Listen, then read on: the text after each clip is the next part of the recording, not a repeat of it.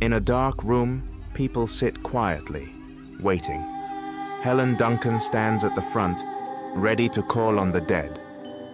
A strange mist comes from her mouth, slowly forming into shapes.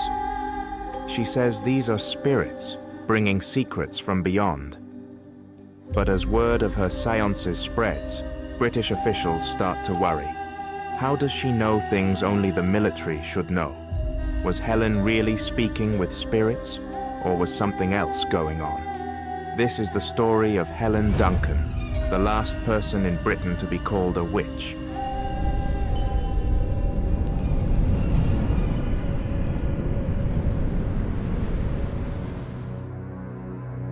Helen Duncan, born Victoria Helen Macfarlane on November 25, 1897, in Callander, Scotland, was a renowned medium whose séances captivated audiences across Britain. From a young age, she exhibited psychic abilities, often alarming her peers with dire prophecies and hysterical behavior. In 1916, she married Henry Duncan, a cabinet maker and war veteran who supported her paranormal pursuits. Together, they had 6 children. During the 1920s and 1930s, Helen's séances gained popularity. She would enter a trance-like state, during which she claimed to summon spirits that manifested through ectoplasm, a mysterious, cloud-like substance emerging from her mouth.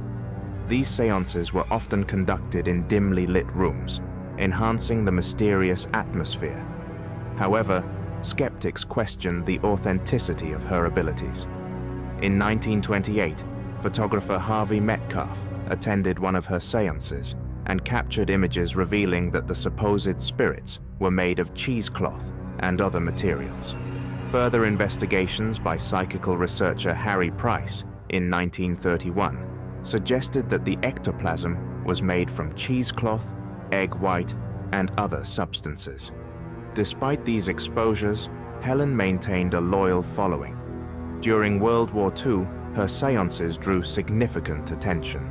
In 1941, she claimed to have contacted the spirit of a sailor from the HMS Barham, a British battleship sunk by a German submarine, a fact not yet publicly disclosed. This revelation alarmed British authorities, leading to her arrest in 1944 under the Witchcraft Act of 1735, which made falsely claiming to procure spirits a crime. She was sentenced to 9 months' imprisonment, making her one of the last people convicted under this act. After her release, Helen resumed her séances. In 1956, during another séance, police raided the event, leading to her arrest. She was not jailed, but fell gravely ill shortly after and died at her home in Edinburgh on December 6, 1956. Some spiritualists believe her death resulted from the sudden impact of ectoplasm snapping back into her body when the police turned on the light during the raid.